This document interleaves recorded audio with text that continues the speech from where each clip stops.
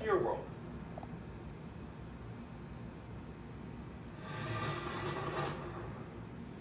All right, so far, so good. Stocks posting strong gains this year, battling through inflation and a series of rate hikes. But if the Fed keeps hiking rates, or particularly at this next meeting in a couple of weeks, could that actually trip up the stock market? Let's get a read now from our money panel. Melissa Armo's with us, and David Strzezinski is with us as well. Melissa, let me start with you. First half, phenomenal.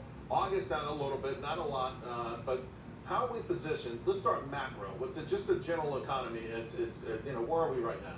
Well, remember, the economy seems like it's great, but this is really a bounce back from COVID. Still 3 years after the fact, all the jobs that we're adding, everything that's going on is really the bounce back from COVID. So I wouldn't say the economy is fabulous or great or whatever. To me, it's so still we're just a bounce back at where the trend line would have been. Exactly. But to that point, and considering what it took to get here, $6.7 trillion, don't pay these bills, don't pay those bills. Not at all that's coming back. Will we ever get through that trend line, or do you think maybe we'll start to falter again? Well, I think we're going to have a problem going into the second half of 2023. Everyone's so bullish. We started out the year up. I was surprised by that because remember, 2022 we fell off a lot.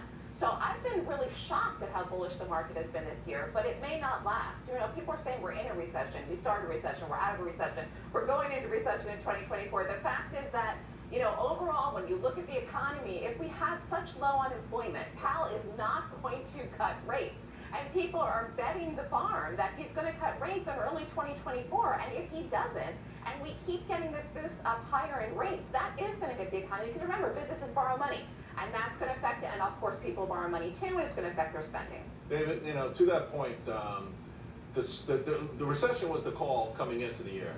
And now it's shifted to, well, potentially a soft landing.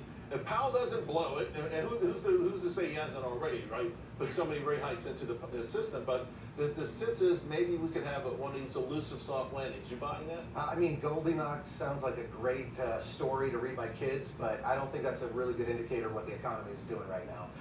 This is a very interesting moment. When we just heard last week about PCE going up 0.2, I think that's a really important moment for us to just be checking in on the fact that, hey, we're seeing inflation come back up right now.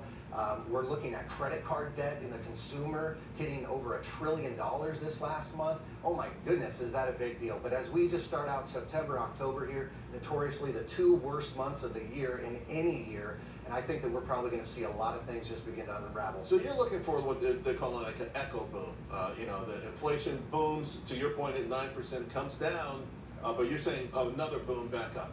Yeah, exactly. I think that we are tracking in that direction. In fact, it's very inflationary to be spending money the way that we are. And of course, Janet Yellen just shared with us $2 trillion more here to spend for the second half of the year. Yeah. So I'm certainly very concerned about that, given the fact that inflation, according to Milton Friedman, is literally the way through printing. What's interesting about that as well, Melissa, now, if the Federal Reserve says they're going to let their bonds roll off the balance sheet, they're not buying. Japan, they're the biggest holder of our treasuries, but they're buying their own treasuries these days. China's been selling our treasuries like crazy to keep their economy going. Who even buys this? I mean, isn't that a reason for buying yields to go up? Well, you're thinking logically. The problem is we're in a situation which is an anomaly. Part of it is the big spending and all the stimulus spending from COVID, like you just said. But remember, think back, people keep saying, oh, remember when rates were 11% for mortgages? We had worse than this, it was higher than this. That may be true, but like my parents, my grandparents, they didn't spend more than they had. People nowadays overspend. We're using credit now like we never used credit 30, 40, 50 years ago. So when you have credit card rates at 30-some% and you have mortgages at 7.5%, yeah, people have had an uptick in what they're making in wages, but it doesn't account for all the high cost of things and then what people are paying to borrow. So, you're trying to think logically based on the past, but we're in a different type of environment right now. And I think there's still banks that could possibly go under small regional banks, and the big banks are going to buy them up. And that's part of it is the bond problem because they're invested in these long-term bonds, and if rates keep going up, it's going to hit some of the smaller banks. Yeah, I mean, you mentioned, I saw what Macy's reported. I didn't even realize that Macy's card is 34%. It's mind-boggling. I know the average. I love Macy's though. Well, listen, when you get it right, you come in and it's Christmas time, and it's hey, but don't put that on a regular Visa, use this one and we'll give you an extra Chotsky. Then you pay for it the rest of your life. So under these dire circumstances, these clouds, you guys are bringing in these dark clouds, supposed to be up. I know, we're sorry. David, what happens then to markets then? Where do you put money? I have a big concern right now about the bond market in general. There's 5 ways that bonds lose money, and so one of those that you might even have been alluding to there is if interest rates go higher on those bonds. Of course, that's the seesaw effect that we saw. That's a big challenge that banks have today. You know, they were told inflation was transitory, so they locked in these, really long-dated bonds at 3% mortgages for all of us. Those are their assets. That's way below trend right now. Yeah. So it just seems to me like the market is this FOMO moment.